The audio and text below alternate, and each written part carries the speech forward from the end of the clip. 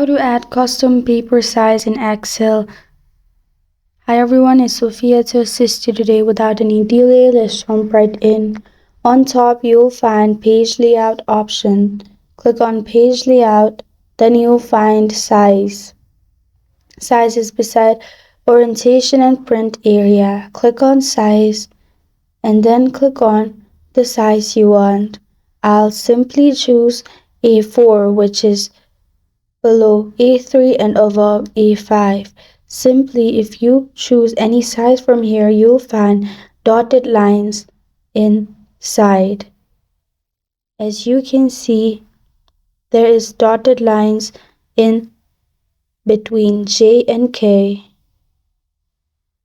You'll also find it horizontally. If you zoom out, you'll find this kind of page separated in A4, and this is how to custom paper size in Excel. Thank you for joining me today. If this video helps you out, please leave a like and subscribe for more. Got a question or want to suggest a topic? Comment below. I am Sophia signing off until next time.